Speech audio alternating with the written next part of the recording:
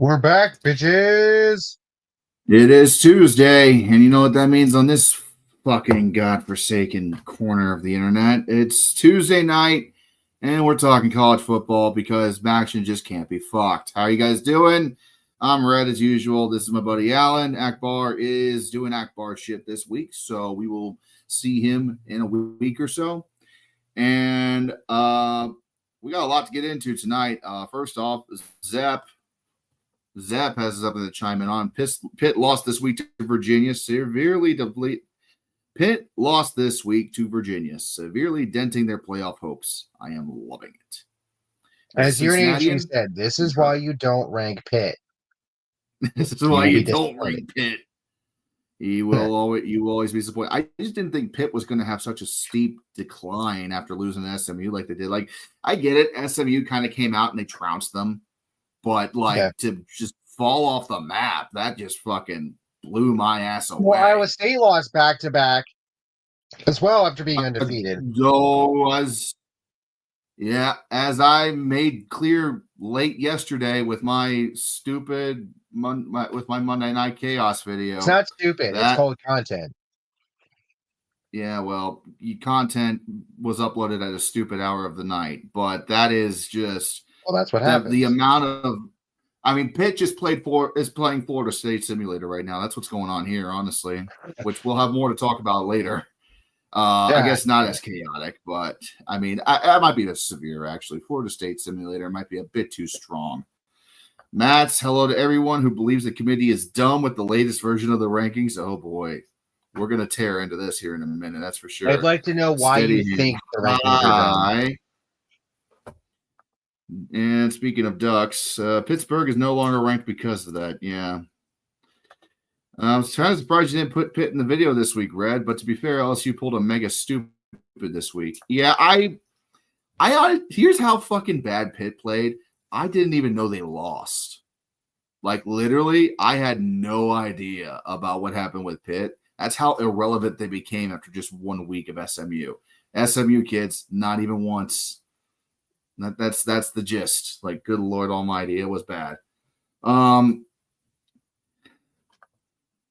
then apparently Joey Logano won in NASCAR. Billy is trolling me. Don't worry about it.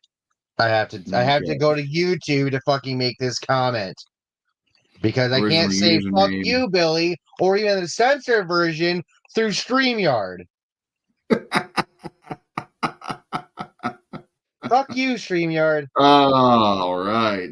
Well, we are going to get into the playoffs, of course, and talk about those rankings. But first, we need to self-reflect on whatever the fuck happened this week. Alan, you're my guest. I will allow you to take center stage and talk about your Mighty Ducks of Oregon. Go for it, please. All right. Remind me, we played Lord King shit himself. You don't even remember? So, Maryland, y'all ain't shit. That's pretty much never it. send your ass crab cakes again. What's so funny about it, though, and I saw Jeff Schwartz, former Oregon offensive lineman, former NFL offensive lineman, talking about mentioning this to people on Twitter. There was a trick play that we ran to one of our offensive linemen, so we pulled the Detroit Lions, and I think it was a successful play, if I'm not mistaken.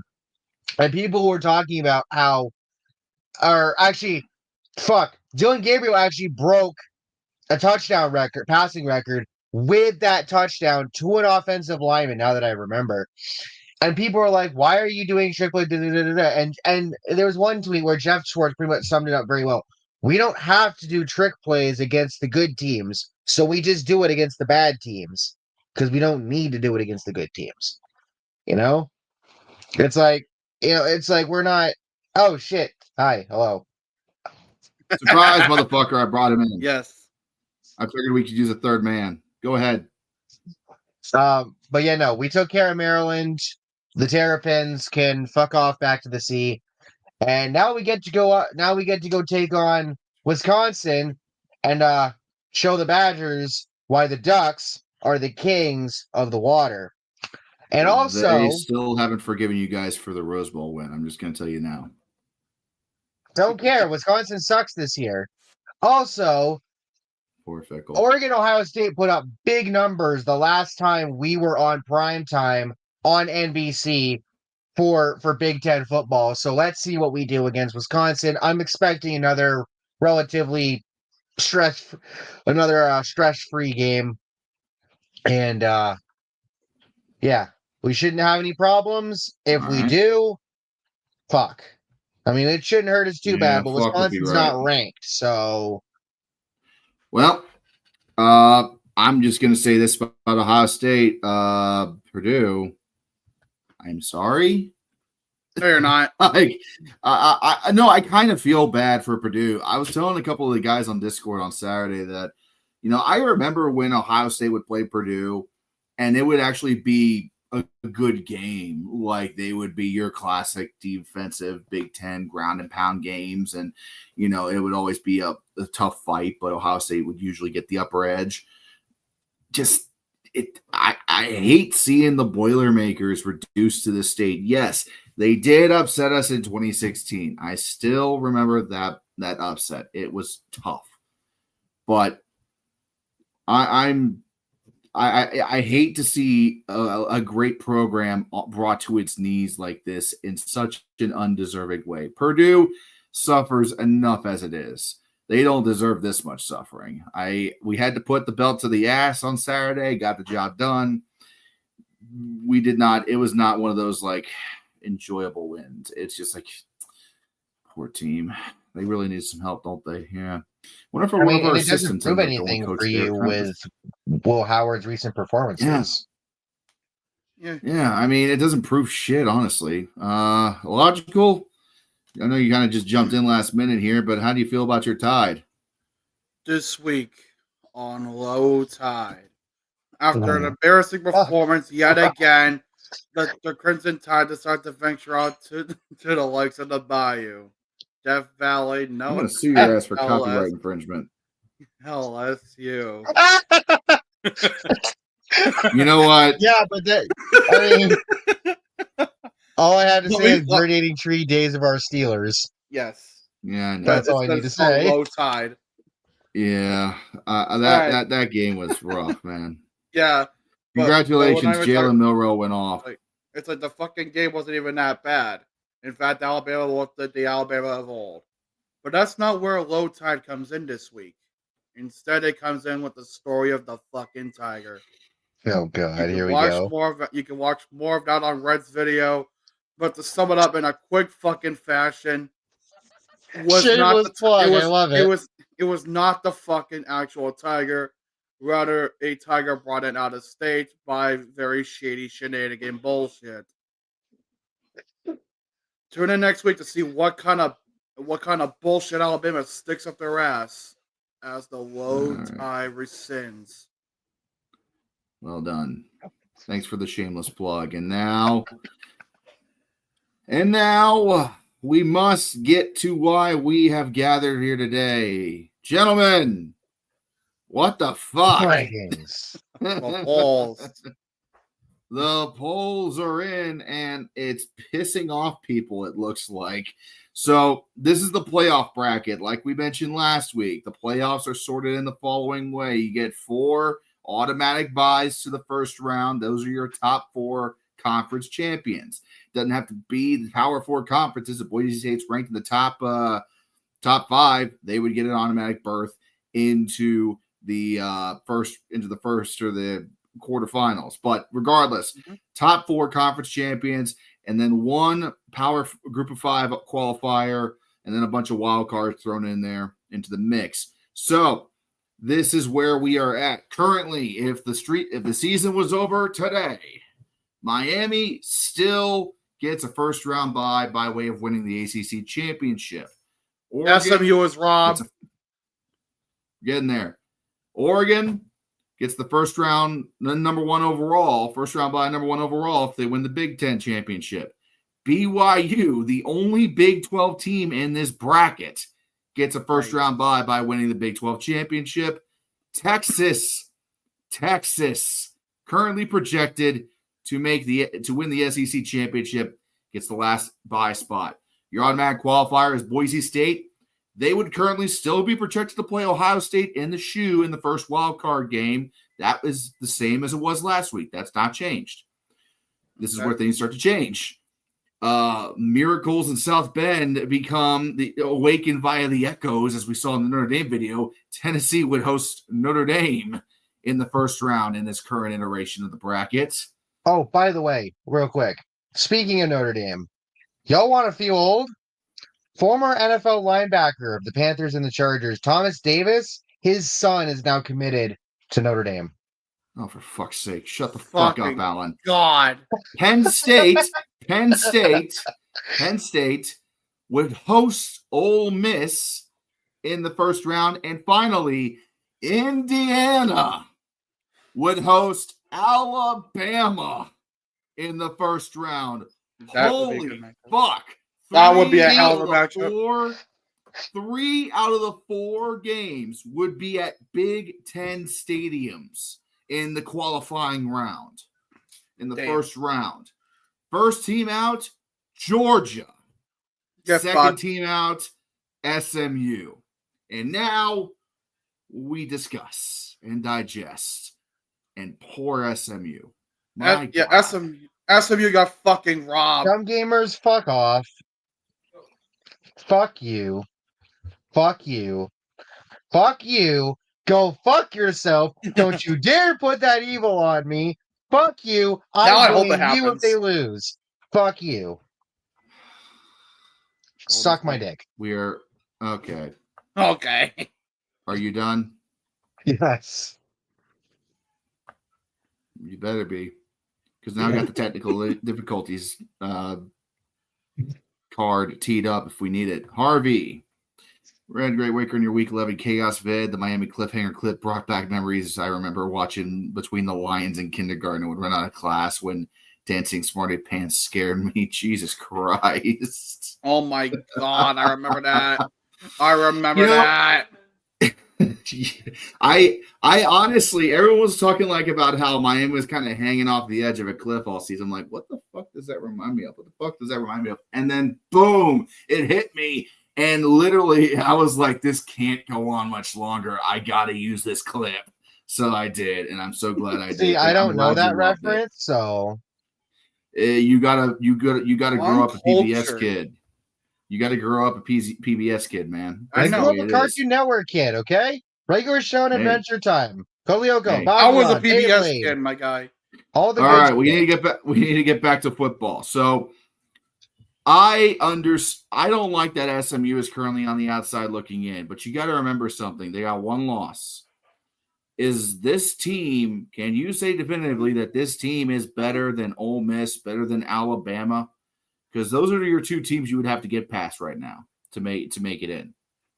Well, see, if Miami loses again, then you almost have to put SMU in because SMU, they're leading the ACC. So then at that point, if Miami loses again and SMU keeps winning, you have to take Miami out. I mean, and Georgia just lost to fucking Ole Miss, and yet we probably all expected them to still be in the top 12 because it's fucking Georgia. And yes, Boise State is in as automatic qualifier, which makes sense. So I don't know. And then Matt brings up too. I mean, SMU lost 3 points to BYU, which might win the Big 12. That's not that bad of a loss. That's what you call a quality loss, Matt. That's exactly. Yeah, exactly. That's what we're looking for here. I'm not surprised that Georgia's on the out looking in. If Ole Miss is in the playoffs, Georgia's going to be out. $2 dono. Hey, Phoenix with the $2. Thank you. What does Phoenix have to say today? SEC will win it all and is deeper than the Big 10 16. Wow. I mean, I don't know. That is a hot take, but you got to, I mean, if you ask me who I think is going to make the national championship right now at this moment, I would say Oregon and Texas would be the championship teams. Those are my 2 favorites, bar none. You know, Boise State could go on a miracle run. Notre Dame could, actually be worth a shit this season. But for my money, I would say Oregon and Texas, and I don't know who would win that game because it's literally speed versus speed. It'd be a track meet. I agree with that. Thank you for it's the $2 the thing with donation, Boise Phoenix. State is that if you manage to we fucking let Ashton Genty do whatever the fuck he wanted on us, and we still beat them. So it's like either you neutralize him or you just let him do whatever, but you attack the passing game. So, getting back to the polls, what we can look at right now. What I'm looking at is a lot of respect being thrown at the Big Ten. I know Phoenix also mentioned in another comment, Big Ten has 3 teams and the rest is mid. They typically have 4 teams actually right now. You're forgetting about Penn State. And I know Matt's, I agree, SMU should be in the playoffs. If their only losses to BYU and they're beating the snot out of these other teams, the one thing that I would be looking at more is, okay, compare the losses and the wins. Miami just lost to Georgia Tech. Georgia Tech's famous for one thing only before that win, and that was beating a really bad Florida State team in Ireland. Okay? They were 5-4 coming into the game. Now, let's talk about SMU. Miami had a track meet against Louisville. SMU beat up Louisville. It was a convincing win. Okay? Oh, yeah. Miami was sluggish against Florida State. Florida State actually kept Miami out of the end zone for 2 quarters out of the 4. SMU destroyed Florida State, laid waste, salted the earth. They set the Doak on fire from Dallas. And now for the next few minutes. Shut the fuck up. Mustangs ran the Pony Express on their asses. Exactly. If you're asking me who I think who has the better players, Miami, sure, they got the better players, but they're not the better team.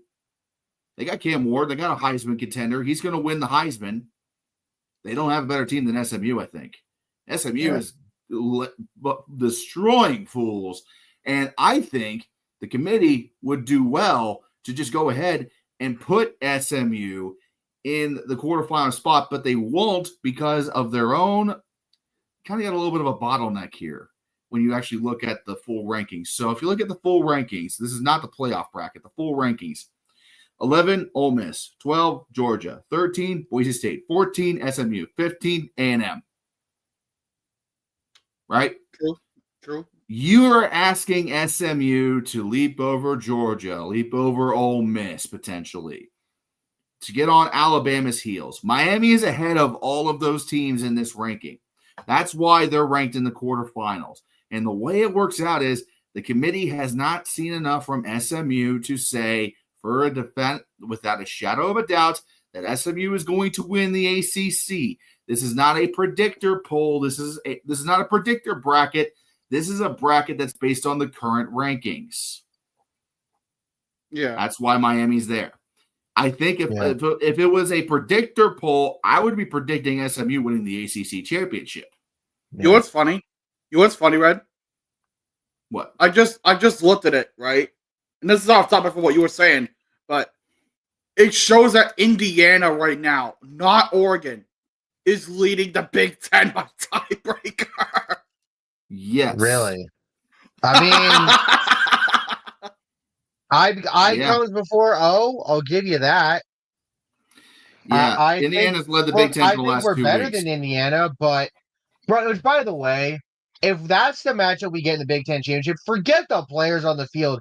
Dan Lanning versus Kurt Signetti, 2 of the top coaches in the fucking league this year, 2 of the biggest hype beasts in different ways. Yeah. Oh my! Like Kurt Signetti is a no-nonsense, old school kind of guy. Just you get in, you know. He said it on McAfee's show a couple weeks back. He's like his father. Yeah, you get in, get into a town late so that the kids can't go running off. You go in, you play, you leave. And then Lanning, just bring up the fucking hype video from a weeker that they played on McAfee like last week. Bring up the video from the Colorado game last year. You know, low viewership, my fucking ass. Phoenix. No, Lower here's something that viewership, my fucking ass. Okay, let me point something out about this potential Big Ten championship matchup between Indiana and Oregon. First, this is assuming Indiana beats Ohio State. If Indiana beats Ohio State, that changes the landscape of the playoffs entirely, because that basically means Indiana is going to get in as long as they don't blow it to Purdue in their final game, right? Yeah. If Indiana beats Ohio State, beats Purdue, and loses the Big Ten championship game, no fucking poll would leave out Indiana. It would also mean, despite the second loss, Ohio State's probably not going to be left out of the playoff either. They're not going to host a playoff game. They might be a 10 or 11 seed. They might have to go on the road to play Tennessee, for example, or go play somebody else. But that would basically effectively knock out another team from this equation. So, and another thing I think you guys are kind of forgetting about, you know where the Big Ten championship game is played? Indianapolis. Some gamers, shut up. Indianapolis, We're not getting Indiana. upset by Wisconsin. No. Yeah, Okay. so Indiana gets to the Big Ten championship. That's major. It's home field. It's home state field advantage for Indiana if they make the Big Ten championship game, because they'll be played in Lucas Oil Stadium in Indianapolis. That's fucking So crazy. it's going to effectively be a road game for Oregon. You're already traveling halfway across the country to go play there. Now you got to play the home state team of Indiana. Yeah. That would be an and I absolute can see a shit show. situation where if Indiana wins out and they beat us in the Big Ten championship game, they might end up being number one in the whole fucking country. If not number two to like a Texas or something. If Indiana beats Ohio State, they're going to leapfrog to number two in the nation. And then it's versus two contest in the championship game. Let's also consider this scenario too. Let's say both Oregon and Ohio State went out, right? That means the Big Ten championship game is 1 versus 2. Yeah. 1 versus fucking 2. Oh, yeah. Okay, now I want you guys to stop and think about this for a second. When was the last time we've had a 1 versus 2, not in the college football playoff setting, but rather a conference championship setting? You would be going back to a couple of SEC championships, but the last time I think you could recall something close to that in the Big Ten would be the game of the century between Ohio State and Michigan in 2006. And that was just a de facto like Big Ten championship game. It wasn't an official championship game. It was just the final game of the season. They both led the conference. The winner was going to go on to the national championship. So right. For the Big Ten, this is exceptionally rare. Yeah. For the SEC, this is also exceptionally rare. Yeah. It's rare no matter what. Like, because you're talking potentially Oregon, Ohio State masterclass, because we saw the masterclass they had earlier this season, the one that basically broke Red to fucking smithereens, and now you're talking about a potential rematch in the Big Ten championship game in Indianapolis. Yeah, and you're talking all the big money going to this game. There's gonna be a shit ton of eyes on that game. There's gonna be a shit ton of people at the stadium, if not sold out. That is potentially one that really needs to be kept an eye on. The Big Ten probably right now, the Big Ten probably looks the most interesting. We're the best fucking conference in the league. We have usurped the SEC as the best conference in the league. Okay, cool your jets there, Ducky McDuckface. Like, listen, let's just be fucking real. You got more competition in your conference. The SEC keeps. Shut up.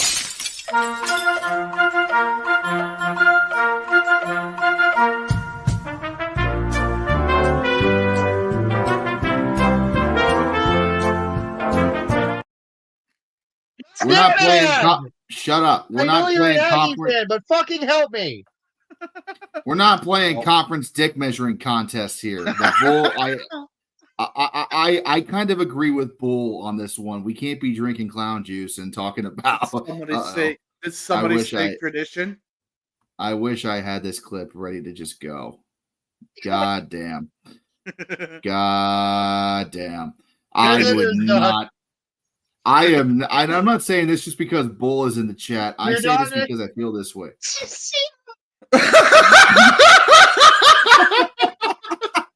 Do not Like SEC. God damn it, Bull.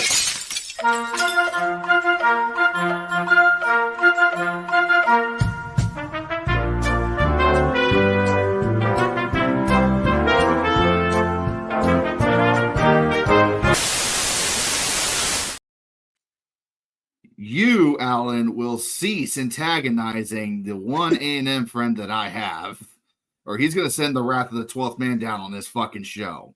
You will. Will cease.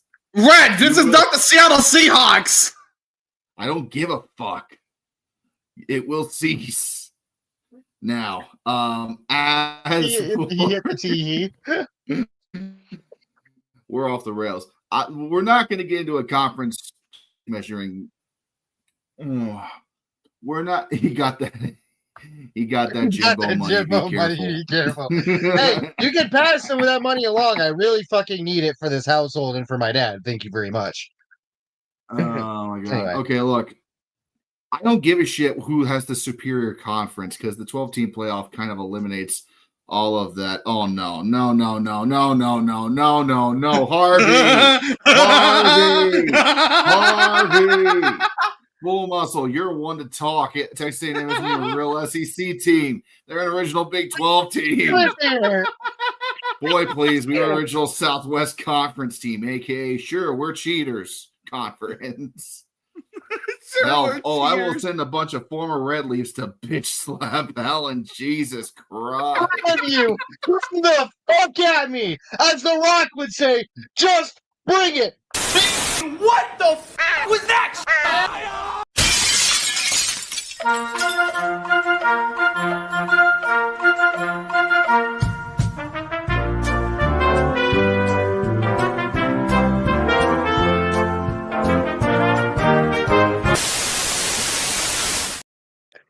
Everyone will shut the fuck up right now. I'm calling order in this courtroom. You understand? I am the judge, jury, and executioner. Everybody settle the fuck down for 5. Everyone will settle the fuck down for 5 minutes because, good lord, yeah, and we all your listeners are confused as shit. All right, it's good seeing you, buddy. Carry on with yourself, Bull Shoots. All right. Oh gosh. Okay. What you cooking, Bull? He's probably got some. I don't know. Good lord. Probably some nice eggs too. Cake and nail salad. I don't know. All right. Look, let's get back to the poll here. Do I think that this layout is a bad layout? Not necessarily. We can't be surprised that Alabama found its way to stay in the rankings after their win against LSU because they just beat the ever-loving shit out of them. All right, like that. We all knew this was going to happen. Ole Miss beating Georgia. We all knew they were going to be in here. That is not going to change. What I'm going to be curious to see, right? We get down to the final stretch of games. Speaking of A&M, all right. Yeah, currently they are 15th ranked. Currently on the outside looking in, sure. They got 2 cupcakes, and then they got the Lone Star shootout, or whatever it's called, the Lone Star Showdown against Texas. They played Texas the last game of the season, okay? They're renewing that rivalry for the first time since 2011. That rivalry will determine 2 things, and Bull Muscle, you are not wrong. That's what I was going to get to. The Lone Star Showdown is going to be an absolute chaotic mess. All right? Oh, God. The winner of that game will not only claim a spot in Atlanta, but probably claim a spot in the playoffs. Just being for real. As it stands currently, Tennessee is probably going to be in Atlanta if they beat Georgia playing for the SEC championship, right? So whoever wins between Tennessee and Georgia, they're probably going to go to Atlanta because Alabama's not going to go to Atlanta over a team that beat Tennessee, I feel like. That's where a lot of tiebreakers are going to get involved. So Tennessee wins Saturday, they're going to Atlanta. That's an easy one. Texas and Texas A&M is going to be where the other spot's going to be decided. It's going to be absolutely fucking nuts. And I dare say that, if Texas falls to A&M, you could see Ole Miss or Alabama miss the playoffs, or Georgia. I don't think there's a scenario here where more than 4 teams from the SEC is going to make the playoff. So, yeah, Tennessee better win if you're Alabama or Ole Miss, because if Georgia finds their way back in here, that's going to be a problem. That's going to be a lot of tiebreakers to deal with there, and doubly so if you are if you're BYU, or you're looking at BYU. If BYU blows the Big 12 championship to Colorado, who is currently expected to play them in Dallas, that is going to be massively chaotic as well, because are you going to leave out a one-loss BYU? Are you? That kicks out another SEC team that's currently on the outside looking in. There is only one team in this bracket from the SEC that hosts a home playoff game in the first round. That's Tennessee. Everybody else is on the road. Ole Miss is playing at Penn State at night. I don't know if they're winning that game. Alabama playing in Indiana in the middle of December. I don't know if they're winning that game. The temperatures, the environments that we're looking at here for a Big Ten home site for a football game, that could be a big factor. Yeah, Mid-December, the weather could be brutal. I mean, you can technically say the same thing about Notre Dame, Tennessee as well. But yeah, sure, Tennessee may have the home advantage, but you gotta remember, we're coming up on that match late December, early January type shit. So you're kind of figuring Knoxville is around the Appalachian Mountain Trail. So at one point you gotta kind of figure it gets stupid fucking cold down there in Knoxville as well, especially at night. But yeah, almost Notre Dame's probably not winner still. Well, let's not forget, Army has a chance to do what Navy couldn't and beat Notre Dame next week. If Army beats Notre Dame, Notre Dame's out, bar none. And that could honestly shoot Army above Boise State for that, group of 5 spot. Yeah. And then, of course, the last week of the season, rivalry week, you have Georgia, Georgia Tech, Ole Miss, Mississippi State, and that's just on Friday.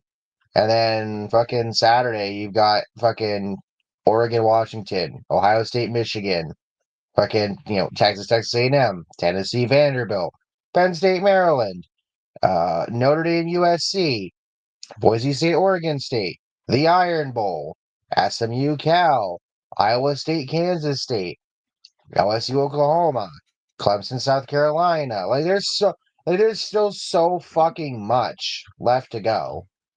It's genuinely crazy. Oh, yeah. Yeah, and I think this is a good moment right here for us to kind of transition away from the playoff rankings for a moment. I will cap it off by saying this. I understand why the committee is still leaving SMU out of the picture for the moment. They need to see more from them. Fair enough. We'll see what happens when they get to Charlotte. Miami falls again. They're going to have no choice but to do that. Georgia, if they beat Tennessee, that's going to cause some chaos. If Ohio State does lose to Indiana, that's going to cause some problems for figuring out seeding, because then at that point, Ohio State at this point, the only way Ohio State misses the playoffs is if they lose to Indiana and lose to Michigan. I think what we're starting to kind of figure out from the playoff committee is 3-loss teams are not going to be invited to play. That was something that I was worried about seeing. I was worried about seeing potentially a 3-loss LSU, for example, still hanging around near the top half of the rankings or something like that happening. And I might be a little more worried about that down the road, but I think the committee is following the rule of 3 strikes, you're out. If you lose 3 games, you're not going to dance. So yeah. I think that's prudent, and I think that's wise. Hell, if SMU wins out, that means they win the ACC championship. Yeah. They got 3 games left, all against teams that they should be able to beat. Boston College, Virginia, Wake Forest, I think. Well, Yeah. because Miami gets Wake Forest and Cal. Syracuse the next 2 weeks after this one. So Yeah, Miami's got a cupcake in Wake Forest, and then they might have a trap game against Syracuse if the Orange get their shit together for more than a couple of minutes. with your former quarterback. Yeah, I know, and we don't talk about him. Now, Notre Dame, it's real simple for Notre Dame. You beat Army, you're probably going to make it because you should be able to win out on the rest of your schedule. But I honestly, as much as I want Army to beat Notre Dame because it would be so fucking funny. It would be so funny. I don't think that's going to happen. I think Notre Dame is just too hot right now. They'll make It would be more funny if USC, after all the bullshit this year, get their shit together to beat Notre Dame in the finale. That would be fucking hilarious. Especially, but breaking news, by the way, USC is on probation for the next couple of years. Really? What? Where the fuck did you see that? Yeah, I got a notification on my phone earlier today, and I'm going to pull it up real quick here because I didn't include it in the show roster because we have a lot to get through. But yeah, this broke at around 4 or 5 o'clock this afternoon at some point. USC got slapped with some violations by the NCAA. Probation is not like, they can't be in the postseason or nothing like that, but they got fined $50,000 and Lane Kiffin's at fault here for recruiting. I think it was recruiting violations. Yeah, that's what Lincoln. I It says USC placed on probation Lincoln Riley's program violated on and off-field coaching activities in 2022 and 2023. Lincoln Riley will not be suspended during this period.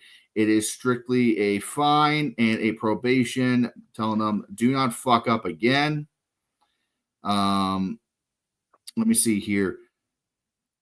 They exceeded the permissible number of countable coaches by 6 for 2 academic years. They hired too many coaches. How the fuck do you do that? I don't. You would figure you have a it's a slap on the wrist. Yeah, that Phoenix is right. This is a slap on the wrist for USC. They'll eat the fine, no problem. All right, we need to move forward because something else we need to discuss is what in the hell is this SEC shit? Like, good God Almighty, guys! I don't know. The SEC is a complete shit show right now. It is an absolute tire fire of the situation. This is I'm going to pull up the standings on my phone, and I have it on my phone too. Right now, okay. Tennessee is the top of the SEC right now. The next one up myself too. The next one up is A&M. And it's only because A&M's played one more conference game. It's like Texas is third in the SEC, and they're in the fucking playoff picture. Oh fuck, does that make sense? Well, see, fucking which one's that? Oh yeah, NCAA's website. I think what it is that they have them listed based on conference record because Tennessee and Texas A&M are 5-1, Georgia's 4-1. Or sorry, Texas is 4-1. Georgia's 5-2. Ole Miss and Alabama are 4-2 apiece. Missouri's 3-2. LSU is 3-2. South Carolina's 4-3. Vandy's 3-3. Arkansas is 3-3.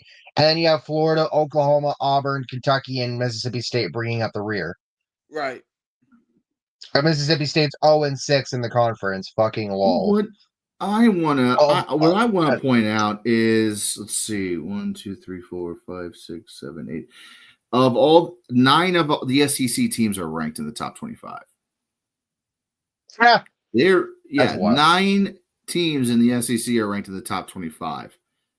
This is either one of two things. It's either a lot of really good teams being left out or a lot of inflation here. 2 of those ranked teams, 3 of those ranked teams are Missouri, LSU, and South Carolina. And I don't think any of those fuckers should be ranked. And Vanderbilt's not that far behind, let's be real. Vanderbilt's right behind South Carolina. Yeah, exactly. So, I'm looking at this, 1,000-foot, stare because I'm not an SEC fan of any sort here. Why is Missouri ranked? Why is LSU still ranked? Why is South Carolina still ranked? Those teams don't deserve to fucking – they're 21, 22, and 23. Carolina, LSU, and Missouri, respectively. There's no fucking reason for all those teams to be ranked. And that's, that's one pet peeve I have with the SEC this week. Yeah. Yeah. I mean, according to Agreed. the NCAA's website. By LSU by risk, smacked A&M. Yeah. Well, according to the NCAA's website, other teams that receive votes for this particular week out of the AP, Iowa State, who missed out on getting the 25th spot by 6 votes to Tulane, Arizona State, Pittsburgh, Louisiana Lafayette, and UNLV. Those were the only other teams that got votes this week, apparently, supposedly. And then Pittsburgh and Iowa State got dropped out of the top 25 for college football playoffs. So there you go. Well, I know I'm kind of nitpicking here with these bottom 3 teams. I will admit to that. Okay, I know South Carolina. They beat Texas A&M. They only lost by 3 to Alabama. Fair, good points. Forgot about those. How do you explain keeping LSU in the top 25 after losing this game last weekend? I wouldn't justify it a bit. They were at home. They had the power of a live tiger. If Iowa State or Pittsburgh don't lose, then LSU maybe does get dropped out. I feel like it's a situation where you have other teams that are losing and eating on each other. No. You're missing my point. My point is this. Are we looking at a situation where the SEC really is just, as a group, all these ranked teams are just that much better than the rest of the country? Or is it a little bit of inflation? A little bit of the polls just leaning in that direction a little too much? Yeah, it's hard to tell. I think it's a little bit of both, honestly. I do think that South Carolina, I mean, they got an argument to be ranked in the top 25, sure. Mizzou and LSU, I don't think they have any argument at this point, to be honest. I can't say anything about Alabama, Mississippi, Georgia, Texas A&M, Texas, and even Tennessee. Not really slacking off there. Like, okay, yeah, you got 9 teams ranked in the SEC, in the top 25 in the SEC. 3 of them shouldn't fucking be there, in my opinion. South Carolina, maybe. The rest, no. But the biggest thing here is just, I don't know who said super conferences were a bad idea. This is a result of super conferences. There's no divisions. There's no separation here, right? Yeah. And even if there was still East-West divisions, that would probably solve a lot of our problems right now, because a lot of these teams in the mix right now of these ranked teams would be in the old SEC West. A&M, Texas, not Georgia, Ole Miss, Alabama, Mizzou, LSU, they'd all be in the SEC West. You got about 5 of your 7 teams right there. They would have all been forced to play each other, and all this shit would have been resolved. But because we got rid of divisions, this is what the fuck happens, right?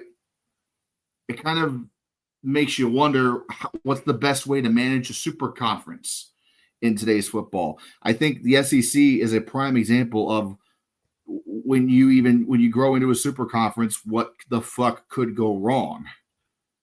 If you eliminate divisions, you're putting a lot of reliance on there's going to be 2, at most 3 teams at the end of the season that are realistically going to be in play. We're potentially staring down the barrel of 4, 5, 6 teams saying, hey, I deserve to go Atlanta. What about me? Huh. Yeah. Fucked. But the problem is also college football is limited on schedule. There's only 12 games played in a regular season right now. And I would say that's too few in this era. Some people will talk about how, we shouldn't play, more than 12 games in the season. It's too many games and we don't need to play, you don't need to be playing as many games as the NFL. A lot of these kids are going to the NFL. Not a lot. I'm sorry. The best of these players are going to the NFL. That's the next stop for a lot of these kids, right? So what better litmus test of whether or not kids should go to the NFL than having them play a 14-game regular season? I wouldn't be opposed to that. You don't need 3 fucking bye weeks in a football season. No, we do not. You don't do that in the NFL. You get 1 bye week. You get an extended week for Thursday night football. But the argument is that now with more games, there should be 2 minimum.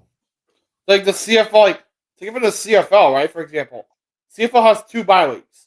They play 18 games a year, but they have 2 bye weeks.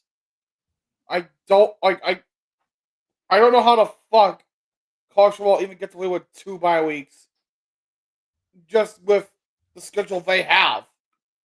You're not going to play games in July in Louisiana, hell. I'm sorry. No, that's just not going to happen. Bad. That heat will, and I hate to say it, but it's true. That heat will kill people.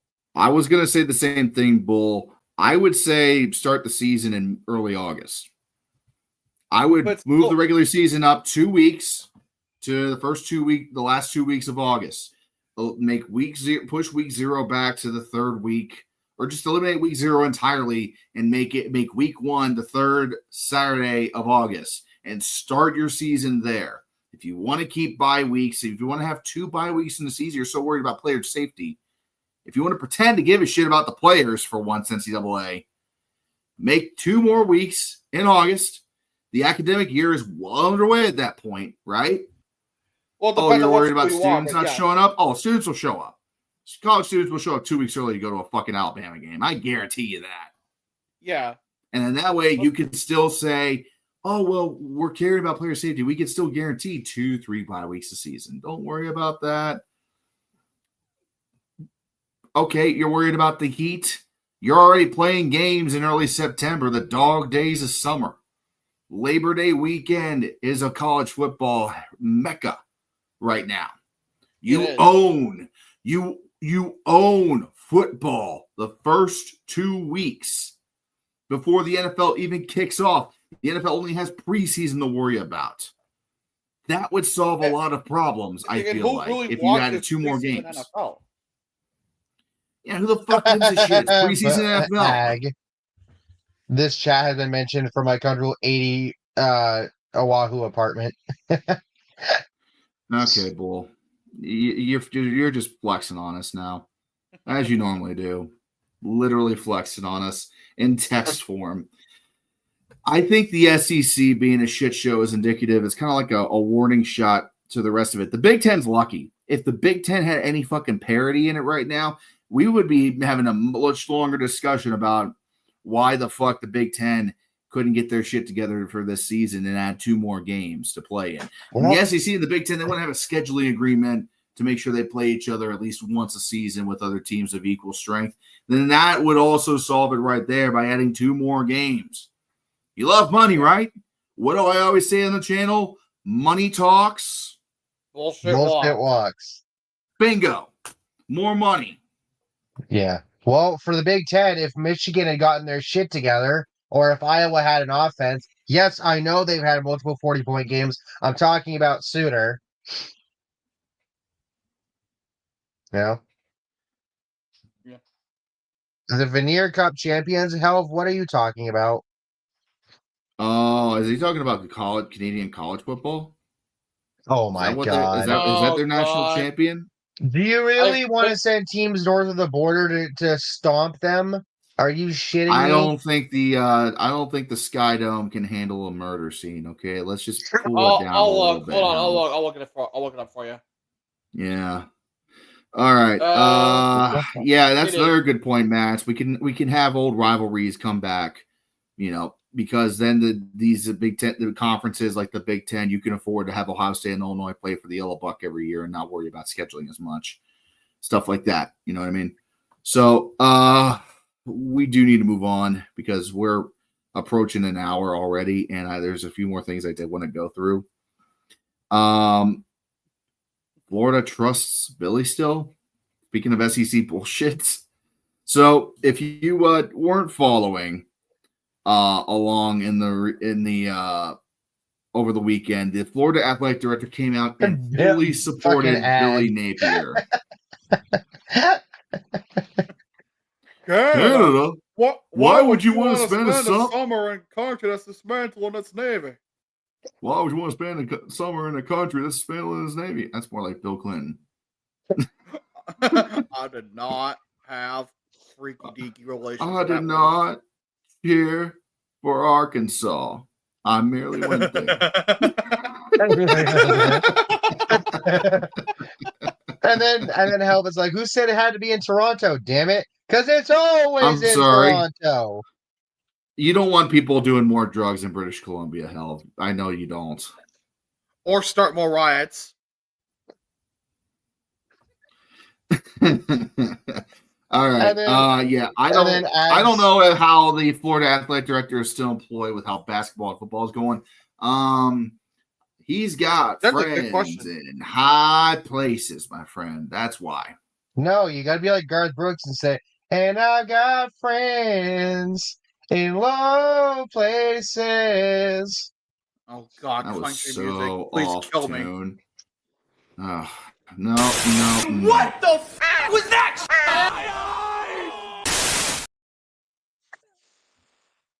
You might not ever see this show again. Shit. Do not ever. I am trying to grow my YouTube channel. I do not need you scaring away We're the community. scaring the people away. You are literally driving the numbers down on my channel. I'm going to get 3 copyright strikes just for that shit thing. What?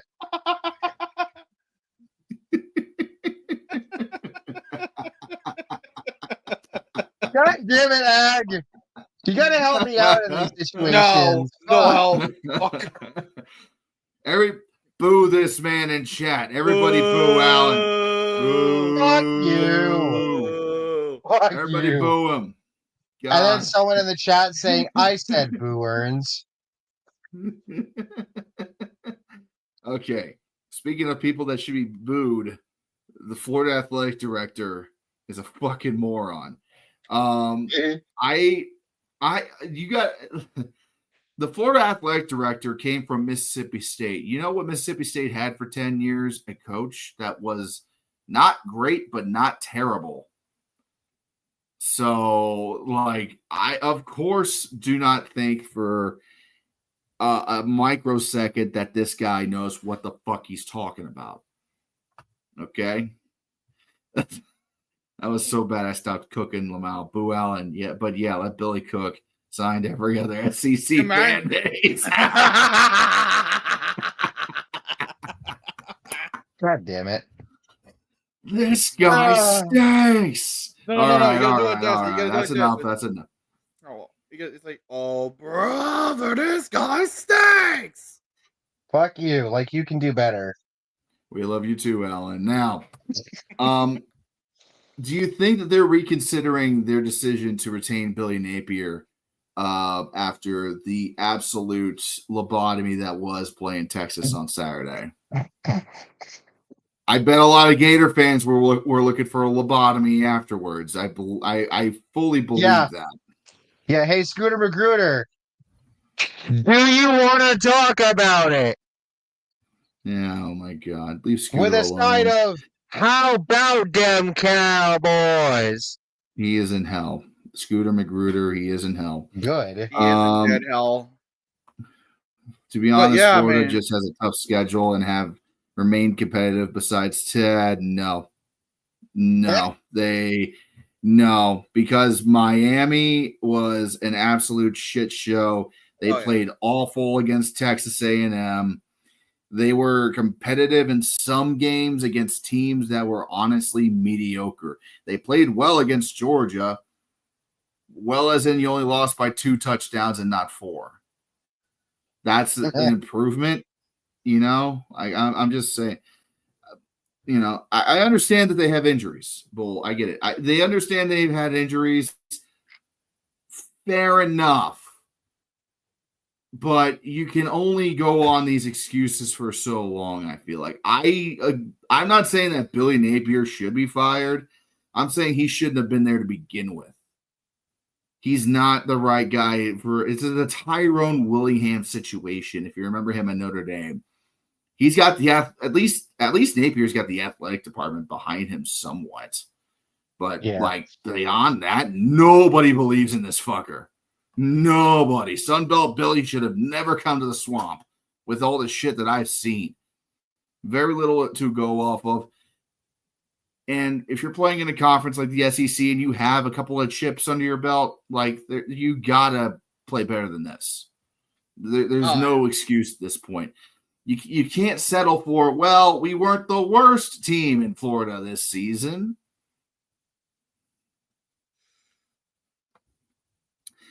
Bull is over here. Ag, you got a good point there.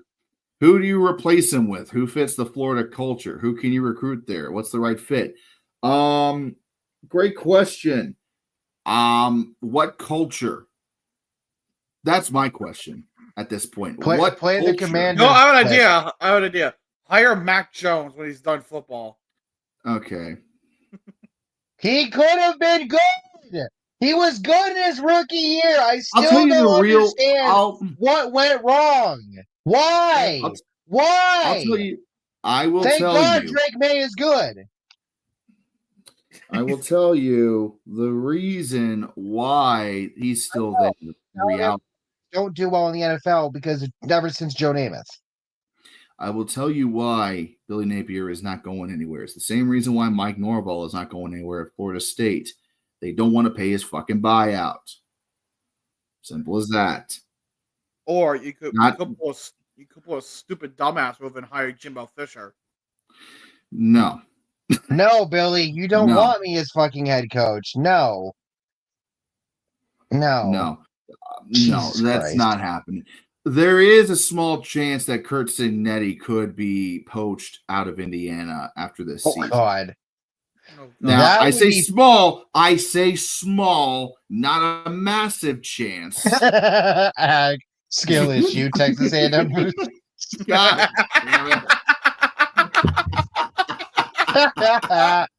That's funny. That's funny. I'm not saying that this would definitely happen because you got to remember this is Cignetti's first fucking season, and I think he's already in the Big Ten. I think people are kind of looking at it like a what's his name at Ole Miss situation. What the hell is his fucking name? I'm drawing a complete blank. Coach of Ole Miss again. Hold on, current coach. Their head coach at Ole Miss. Kind of like everyone was thinking the Ole Miss head coach was going to go to Florida. Lane Kiffin. Yeah, they're thinking it's a Lane Kiffin situation. No. It's like thinking Dan Lanning was going to leave Oregon for Ohio State or for Alabama in the offseason. No, he's ours. He got close. Bull, I agree with you. I don't think Cignetti's going anywhere either. That's why I say it's a small chance because, I mean, you can't tell me if somebody goes up to Cignetti after what he did in Indiana with a $100 million contract, he's going to say no. You can't tell me that with a straight face. Oh, God, no. Yeah, I mean, they got the money. And, I mean, Lane Kiffin was just given a raise in Ole Miss. I'm sure Cignetti's going to get a hell of a fucking raise to stay at Indiana. That's for goddamn sure. But we'll see. All I know is that it's a lose-lose situation for Florida. Those expecting a quick turnaround have not been paying attention to the fact that Florida is in the deepest of shit now and in the future because their recruiting class is like just outside the top 50 for next year. He can't win and he can't fucking recruit. You're screwed at both ends. Oh, yeah, you're fucked. I know Mike Norvell's in a similar boat in Florida State, but I'll talk about that more later this week. Which, side note, by the way, as the Doak burns, I will get that out hopefully by Thursday. I'm going to try to mix it up a little bit and make things a little bit more creative because just talking about Notre Dame blowing out Florida State for 20 minutes is not always great content. So, no, Bull. I don't think anybody should name who shall not be named. No. And let's transition. I'm not even going to bring his ass up because I still feel guilty he won us the national title. 10 win Indiana? Yeah. Yeah. See, the craziest part about this is Michigan almost beat them. And if they did, oh boy. Listen, I was watching parts of this. I was watching the second half from a casino because I was in line to meet somebody. I was there for a meet and greet, and like it looked like India was gonna fucking blow it. How the fuck they managed to survive Michigan? Michigan, mind Jerome you, Moore hold on, failed to use hold timeouts. on. Mind you, a Michigan that is severely fucking weaker than last year, and makes their championship win last season look like a complete and utter fucking fluke. Like They lost that's Jim Harbaugh. What surprising do you enough. want? Like, okay, well, as I said this a couple weeks ago on Red Stream. I don't know which stream I said it on, but I said it. Do you remember? This is exactly reminiscent of that Cincinnati run that the Bearcats had a couple years ago. This is fucking reminiscent up the fucking dick with this. That's exactly what this is. It's the same shit. Random team from a random conference goes on a fucking tear. Mind you, a college team that you would never expect, and they fucking go on this big fucking run. They get the conference championship, only to get fucking clobbered in the fucking playoffs. Is that I the case see with your Indiana? point. What's it called? Is it gonna happen this year? Probably fucking not. But it's lining up to be that way. Again, and Indiana's real test is coming up. They got Ohio State next to the fucking docket. If they can't beat Ohio State, then what the fuck was this all for? Well, they still have an incredible season. They might make the playoffs, regardless, whatever. The difference between Cincinnati and Indiana is Cincinnati comes out of the AAC, which is what it is. It's the American Athletic Conference. What the fuck do you want? And also, that got brought up, I think, in the Notre Dame video, because it was a Notre Dame season where they could have gotten in, but then they put Cincinnati in instead to get their asses kicked by Alabama. But they had that season, and then what? Didn't their coach leave? Oh, that's right. Also, Desmond Ritter left for the NFL, and whatever. Indiana's coming out of the Big Ten, which is a pressure cooker because you have other top teams above them. It's not like they're the clear-cut number one. So, even if they lose to Ohio State, it's still been an incredible fucking season for them. So, yeah. And so. All right. Well, that makes sense. I don't really have anything else really to add about Indiana there. We are going to hit 2 more points real quick.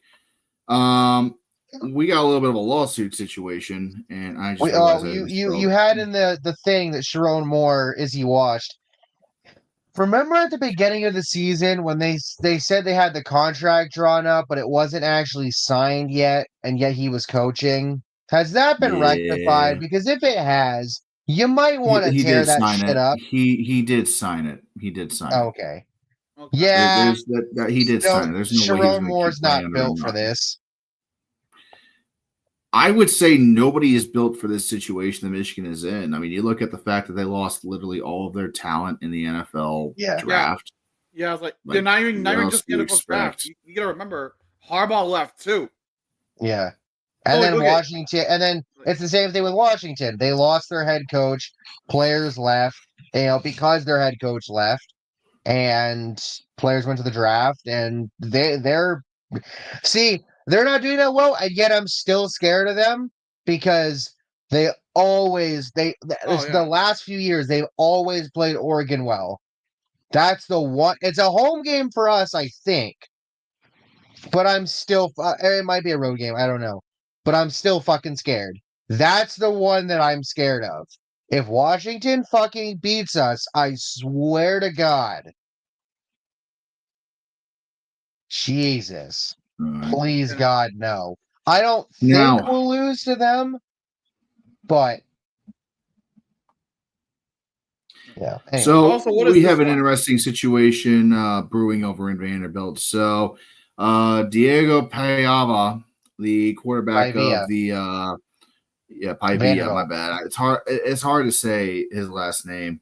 The quarterback for Vanderbilt is currently in the middle of a lawsuit against the NCAA over eligibility rules. I'm going to read a little bit from the ESPN article to kind of give you the full breakdown on what it is. So he is alleging the organization's bylaws that reduce the number of seasons of junior college transfer players that could compete at Division I schools are unlawful and restrict the players' ability to earn money off of their NIL. The lawsuit was filed in the U.S. Court in the Middle District of Tennessee in Nashville and requested an injunction that would prevent the NCAA from enforcing its bylaws regarding junior college player limits and grant Pavia 2 more seasons of eligibility. Quote, the JUCO eligibility limitation bylaws neither promote competition nor benefit college athletes with respect to their impact on persons who attend junior colleges before transferring to NCAA schools. These rules stifle the competition in the labor market for NCAA Division I football players, harming college athletes and degrading the quality of Division I football consumed by the public. There's more to say, but I'm going to leave it there. NCAA is obviously going to fight this, but TLDR, he is arguing that junior college players should not have years taken away from them just because they've had to spend a year or 2 in junior college outside the purview of the NCAA. Keep in mind, these junior colleges, the collegiate JUCO organization is not ran by the NCAA, but the NCAA is still punishing these kids that are coming in to play. And Jeff Schwartz, former Oregon offensive lineman, former NFL offensive lineman, and the big name on Twitter. I think he's also kind of a media guy now. He said it the best way that I could put it. This is all happening faster than I expected, but we are close to players having unlimited years in college. It's professional sports where their team will graduate them when it's time. And that he was quoting the article. He was quoting the lawsuit article. So I don't know how he is about that, but it feels like it, especially when you have other guys, regardless of injury or COVID, constantly getting red-shirted. Fucking Grayson McCall could have come back for another year after his injury this year. He chose to retire. Cam Rising, what the fuck's going to happen with him over in Utah? Same thing. Yeah, there's a tight end that came in the same recruiting class as Lamar Jackson, still playing in Miami because of injuries and red shirts. Exactly. So and with Rising, they did give him another. I think they did give him another year of eligibility because of the injury. Yeah, it's like at some point you have to fucking go. Yes, we know you want to make the NFL, but not everyone's gonna make it there. And the longer you stay in college, the older you're gonna be to even get to the NFL. So then you're already gonna be broken down because of injuries that you suffer, which is why you're staying in college in the first fucking place. So it's like, what the fuck? It's like at that point, then you might as well just let the players start coming in earlier in their age to offset the extra years if they end up getting them. This is where I'm going to actually be in the minority here and argue that I think people are looking a little too hard into this. Let's be completely clear. Piava's situation is kind of unique. We're not talking about somebody like Cam Rising who is playing in Division I and constantly injured over and over and over again, or getting redshirted or medical waiver and whatnot. Diego played his first 2 years at a military institute in New Mexico for a junior college. He then transferred from that junior college into New Mexico State, where he then played 2 years, has a graduate year, and he takes that graduate year to go play for Vanderbilt. This is not the same situation. This is a kid that says, hey, I played 2 years of JUCO ball, not even in the NCAA, and I'm being punished because I played 2 years of amateur JUCO ball in another organization, basically, for a completely different level. And I feel like I'm being taken advantage of, and I'm missing out on the full opportunities I could have gotten here. If he was like saying, oh man, I want to play semi-pro football and then go back to college, that's one thing. If he is saying the NCAA shouldn't restrict players from playing at all and should have unlimited years, that's something else. This is not, I think, what some people are making it out to be. This is more so of a situation that's rather common in college football, but we never see it because it's such a low level. If you watch, there was a show that was made in Netflix for a few years before COVID broke out. Last Chance U. That is where you can actually see some of these kids that play in your East Mississippi community college schools that are in the JUCO level. And it's not a glamorous life. It's the minor leagues of college football, but still considered technically college football because you're partially getting an education while you're there. The argument that Diego makes here is saying that this is causing him irreparable damage due to eligibility limitations bylaws presented by the NCAA. Now, I'm not a lawyer, so I'm not going to pretend to be one. I got a feeling he's not going to win this lawsuit because as a private organization, I think the SLA is a private organization at least. I don't think they're a charity. As a private organization, they have the right to make the rules that they see fit that follow the United States, code of conduct and laws. But I this is an unprecedented case. I don't see where something that's like, yeah, this is a frivolous lawsuit, but I also don't see where a judge will 100% side with him. They're looking currently just for a temporary injunction to let him play. He was already expected to be done after this one season at Vanderbilt and move on with his life. What I'm curious to see now is, okay, let's say he does get this relief. Let's say the courts say, you know what, JUCO players should not be punished for playing JUCO for 2 years if they choose to go to the NCAA. Okay. Does this also then apply to NAIA transfers? Does this apply to kids that play for the Vanier Cup in Canada, for example? Is that not considered? Does this also apply to guys like in Division II or Division III?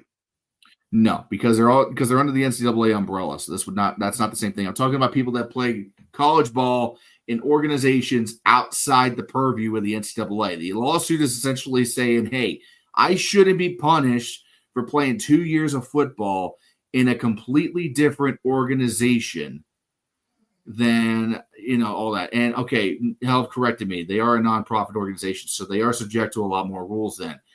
So therefore, he's saying because I didn't play in the NCAA for 2 years, but because I am still an amateur and I've never taken payment, I should not be punished, and I should be entitled to 2 more years, as would any other college student, because I am a JUCO transfer, and I intend to use that time to go to school as a graduate.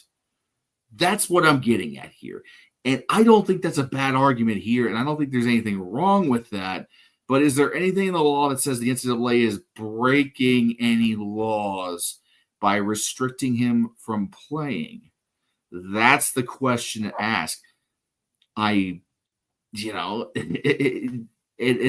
you're opening Pandora's box. It's like, okay, well then, are we only is this junction going to apply to just JUCO? Could it apply to NAIA? Could it apply to Canadian college football overseas? It could be another slippery slope situation to where it could open up the door to players saying, hey man, we'll get a degree here and then we're just not going to leave. It could, but that's also, a big Pandora's box that, quite frankly, I do not see this opening because the whole idea of playing college football is that you're a student to a university. If you're not a student to a university, you don't play. It's a academic athletic program, and the academic part still means something here. I know it's Division I FBS, and I know that's kind of, you can kind of take that or leave it. But if you're not a student and you're not in class and you're not actively learning, do you really need to be there? Shouldn't you be going out to apply your degree? Are you a graduate student in another school? Then that's different. But if you're no longer a graduate student, even, where does it end? if you're the NCAA. Fucking ag. Fuck it. If it opens the door to that, maybe I train even harder. Go back to A&M. They walk on as a grad student. I mean, just one problem. They're trying to get rid of walk-ons. So sorry, Bull. That's probably not going to work, but good try. wait, really? Why? Oh, but it's interesting. Part of the NCAA versus House settlement is that every single player that plays on a athletic program in Division I must be offered a scholarship, basically. So walk-ons, they're trying to eliminate all that. But I'm just, I'm going to be following this along, and we'll kind of see where the updates go here. But this is going to be really interesting because I do kind of want him to succeed, because who the fuck wants to have 2 years of potential, when we're talking about money, like the NCAA could definitely be denying him a chance to profit from not playing 2 years at Vanderbilt. True. Is that going to matter? We don't know. There's a lot of question marks here. So we'll follow the case and see what they say. We should have some sort of an injunction here before the end of the season, and we'll have a good understanding of where everything stands after that. And our last topic for this evening, before we get to the Week 12 preview, Kennesaw State. What the fuck, guys? So, if you did not know, the Kennesaw State Owls are transitioning to FBS. This is their first season of FBS football. Mm-hmm. And they have one win where they knocked off the Liberty Flames in their first ever FBS football win ever. They fired their head coach. What? Yeah. It's not just that they fired him. Hold on. I have the statement right. Jesus fucking Christ, this is huge. Well, The dude's been with us since the fucking program was founded. Yeah. They fired him 9 games into the season. Will you please put it on the screen, sir? All right. Here's the statement from Kennesaw State on regards to firing their coach. And they'll read it in full. Over the last 3 years, the results on the football field failed to support our goal of building a competitive FBS program. Therefore, I determined it was time to make a leadership change to take the football program in a new direction. I advised Coach Bohannon of my decision, and as is customary, offered him the opportunity to announce that he has stepped down. At the conclusion of our meeting, it was my understanding that Coach Bohannon had accepted my offer. End quote. Again, the highlighted results are what's important here. The results on the football field failed to support our goal of building a competitive FBS program. Then what the fuck was that game against Liberty? What the fuck was that game against Liberty then? That was an anomaly of an upset. But the part that gets me is saying offered him the opportunity to announce that he had stepped down. So basically, trying to say, Ryan, the coach, cover your own ass because you fired him because you were an impatient little schmuck. Here's a couple of other stats about Coach Brian Bohannon. He was the coach. Okay. One season in the fucking FBS program. That's the dude that was your head coach from day fucking one 11 years ago when the program was founded, mind you, for Kennesaw State. And you're kicking him to the can after 9 games in the FBS? Are you fucking serious? According to ESPN, Bohannon had a 72-win, 38-loss record with Kennesaw State, including his time as an FCS coach with the program. The Owls were 1-8, and they had a 43-35 loss at 2 overtimes to UTEP on Saturday. He has been the Owls are relatively new. They started up in 2015. Okay, they started up as an FCS school in 2015. They are trying to do what James Madison did last year, what Jacksonville State has been doing. They're trying to make the leap to FBS with a bang, and it landed with a plop because that's not how transitions work. And Bull, I'm going to make a counter argument here because USF, the South Florida Bulls. They were formed in the mid-90s, made the jump to FBS after 7 or 8 years, I think it was, somewhere around those lines, a very quick jump to FBS, and got their first major upset in the chaotic 2007 season. I'm not saying that Kennesaw State doesn't belong in the FBS because of this. I'm saying their athletic director shouldn't be directing an athletic program at this level because he is grossly misrepresenting what this football team is. Every single player on that team knew what they were signing up for. They were signing up for an ass whipping. Okay? There is a transition period. There's a reason why the NCAA, up until recently, hasn't really been criticized for its transition rules. And it's because most of the time, when an FCS school jumps to FBS, there's a massive talent gap there that needs to be bridged, especially when you got that 2-year probation on going to any postseason events like a conference championship or a bowl game, unless there's no other 6-win teams in the pool to select. Okay? Well, we saw that with James Madison, I think, last year.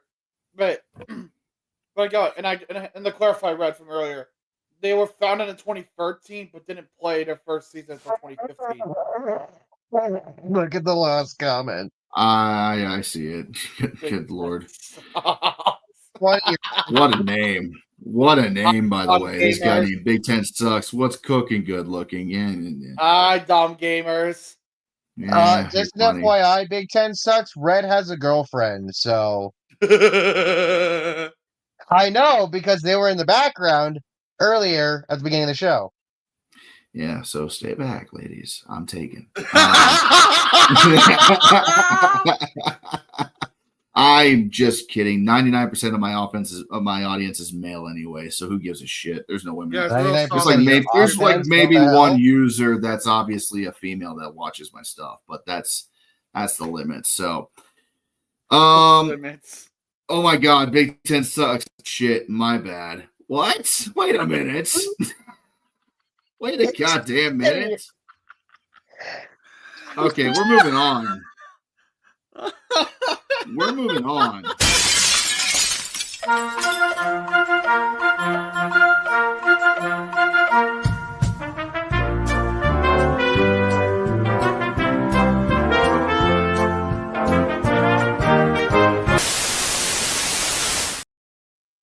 All right.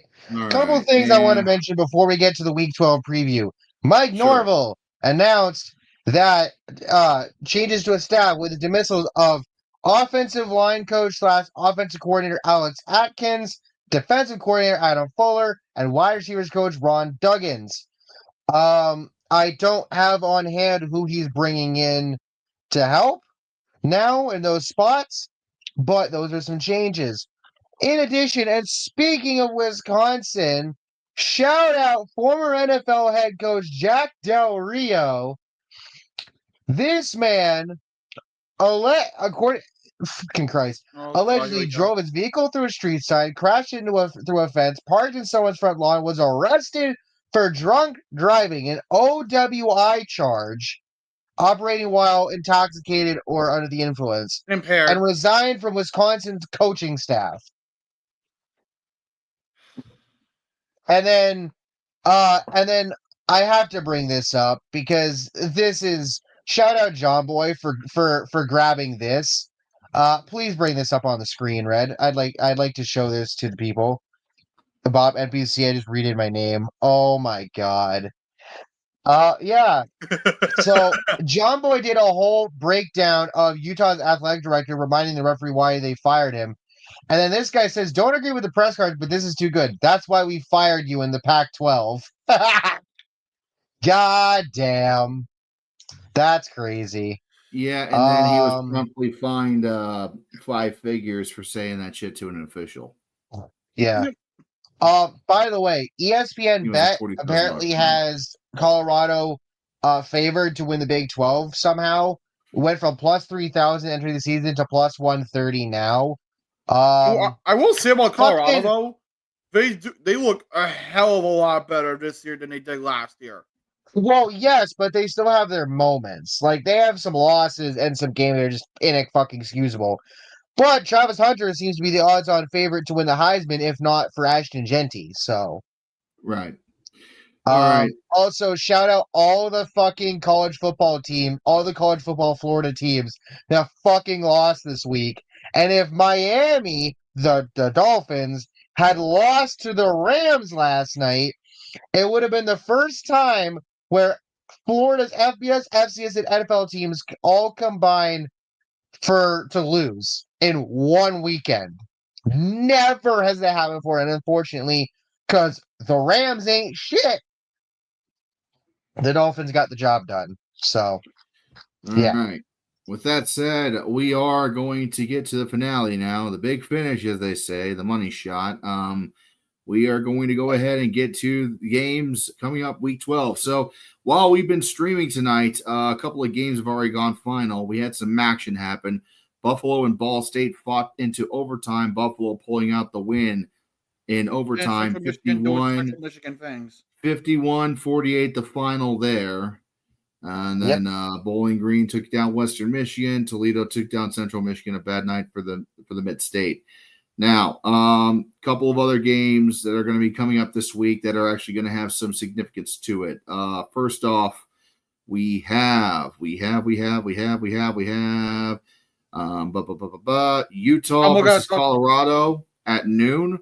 That could be a game of significance because if Utah somehow knocks off Colorado in that game and Utah is going to be playing pissed, potentially, that could open the door back up for an Iowa State or a Kansas to make it into the conversation for a Big Ten championship game berth. That could be very interesting to look at. Clemson's taking on Pitt at noon on ESPN. Pitt's obviously in a free fall right now, but all it takes is one bad day, and Clemson could be out of the playoff hunt entirely at this point. They're hanging on by a thread right now. They're ranked currently 20th in the nation.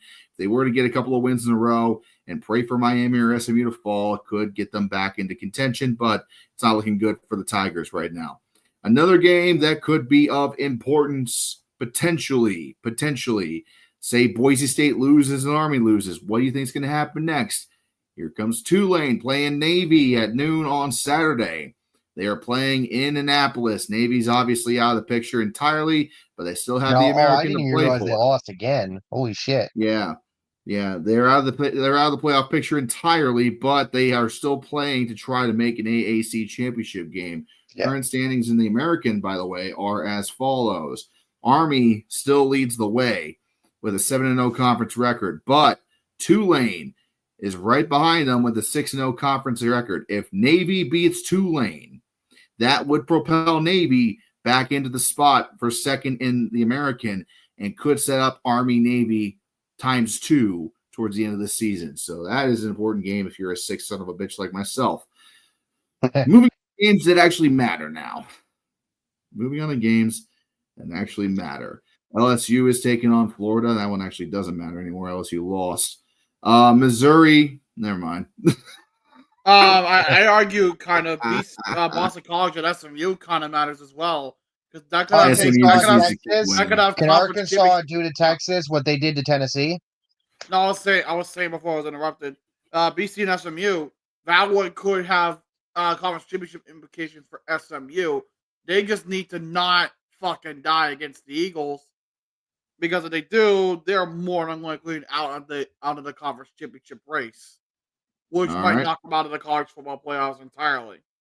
Now, we're at that point of the season where the SEC plays its traditional, okay, we're going to play a really shitty team this week to get our shit together for like 5 minutes before we go to rivalry week. So a lot of teams are playing some bad opponents this week. I know Alabama's playing Mercer, for example. As usually, they pick on some little guy. Even though Mercer's 9-1. Yeah, well, I don't expect that to be a win for Mercer. Oregon is playing Wisconsin at 7:30 on NBC. That could be a tough one for Oregon. It is in Camp Randall at night. And never underestimate the bounce house getting out of whack. You know what I mean? Another one I keep an eye on too. Arizona State in 16, Kansas State at 7:00. That one. Ag, you're correct. Arizona State, Kansas State one's really one to watch. Yep. And then I'm going to go ahead and just say this is the biggest game of the week, and it is also going to be streamed live on this channel Saturday night. We're bringing it back for the first time in a few weeks. Going to be doing a live stream of a football game. Tennessee travels to Georgia to take on the Bulldogs at 7:30 on ABC and ESPN Plus, and it is going to be a doozy, big time playoff implications here. Tennessee wins, they all but lock up a spot in the SEC championship game. If Georgia wins, hold on to your ass. It's going to get real complicated fast because the tiebreakers are going to be going nuts. Now, Tennessee, the reason why I say, why does Tennessee all but clinch a spot in the championship game if they win? Their last two opponents after Georgia, UTEP, Vanderbilt. Now, I know Vanderbilt has been having a bounce back year. And yes, it is at the half-built stadium of Vanderbilt. But Tennessee could easily win that game, I feel like. Yeah. So, I mean, Tennessee wins sure, that game. but Vandy The almost spot came in back Atlanta against is all but Texas. theirs. I'm aware. The thing I'm with aware. Tennessee All that is- matters is this. Yes. I get that. But also, again, Tennessee lost to Arkansas when they fucking shouldn't have. What makes you think Vanderbilt can't do the same goddamn thing? The fact that they've hopefully learned their lesson. If they could beat Georgia, they should be able to take care of business against Vanderbilt. Yeah. That's my thoughts. Yeah. Well, Billy was And also saying, the question for Tennessee is what happens with Nico. Is Nico going to play or not? well, we'll see. If Is they're playing he UTEP, injured? Nico's not going to play. I mean, they're going to play. He's going to play against Georgia if he can. A half injured Nico is better than their backup quarterback, I would think. Yeah. Well, I know. Also, we That's forgot my about point. this matchup earlier. I just how we didn't see it. Virginia and Notre Dame. That one's another one too. Virginia, yeah, they're 5-4, but Notre Dame. This school has a reputation of kind of slipping on their own shit.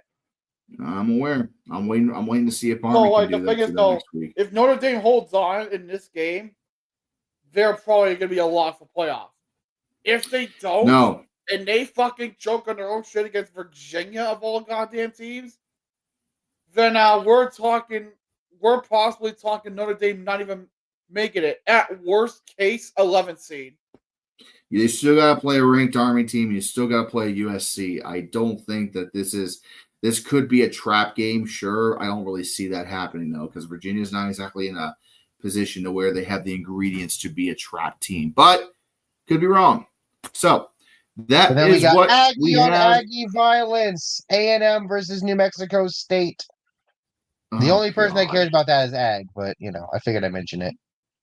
God damn it, Sermon brethren. Okay, so Aggie squares. everything said. A few important announcements for the channel before we head off for the night. First off, As the Dope Burns will upload later this week. Florida State's on the bye, so I'm not going to rush it. I'm going to make a good video. They usually always are pretty good, but I'm going to take my time with this one. So I'm going to try to have it out by Friday if I can. Thursday, Friday at the latest. And then second, like I mentioned a moment ago, we are going to do the live stream Saturday night between Tennessee and Georgia. That's going to be a hell of a game. I already got it on the channel, so make sure you click that bell to notify yourself when we go live for that. We'll go live a little before 7:30 and be ready for that. And then finally, a couple of other things, housekeeping items I want to kind of get out of the way here real quick at the very end. The college football playoff video. Naturally, I think you guys have seen how much shit that I have been uploading over the last week. It is taking a while to work on this. So, while I am going to do my very best to have it out in December, it could go all the way to January for obvious reasons. We got As the Dope Burns, this show, important games that I'm going to live stream, and also just general short form content that I'm making. So, I'm going to warn you now, I'm going to do everything I can to get that video out as soon as I can. But it's going to take a long time, and I ask for your patience. regardless, there will be a full channel update video going on with some changes that's going to be made going into the next year with the channel. Fun fact, we've had a 5-fold increase in subscribers over the last year. On December 16th of 2023, there were 500 people subscribed to this channel. We are currently, as of this moment, sitting at 2,536. So I'm going to do kind of a bit of a State of the Union address video at the conclusion of the regular season, talk about some things we're going to be doing differently going into the new year. There's been a lot of polls sent out on my community tab as of late because I wanted to get a lot of feedback. State of the Drunkard's Cabinet? Yeah, you're I like that title. There's been a lot. I mean, Green Tree is State of the Trees, so, why not? There has been a lot of polls I've been putting out on my community's tab for people to respond to. I want you guys, if you haven't already, to go through them, submit your thoughts. Anybody, just because I kind of do whatever is best for the channel based on the feedback I'm getting from everybody. Yeah. At the end of the day, I'm the man behind the camera. It's a one-man operation over here. I have these two fuckers and a few others that help me out from time to time for live stream to live stream, but I do pretty much everything on my own. That has its drawbacks, of course, like slower upload times. But, we're going to be making some changes over the coming year, hopefully, and putting out some few things, maybe merch, maybe a subreddit like Bull just mentioned, maybe a Discord, some other things we can do to connect with the community. But most importantly, growth. Grow the channel. Get more people into the Red Army. Enlist as many comrades as possible to join our merry band of misfits. To join the merry band of misfits as we stupidly tackle college football 1 week at a time. So, I want to say thank you to all of you for joining me this evening. And we got a few more weeks left of this season. We're going to start to get some answers ironed out here relatively soon with the playoff picture, as well as the conference playoff picture. So I'm looking forward to it. I'm tired. This is also tired. The guy next to him is also tired. We're all fucking tired. We're all going to bed. So have a good night, y'all. I'll see you guys here very soon. You take care. Have a good week. Be nice to each other. Take care, buddy. Woohoo!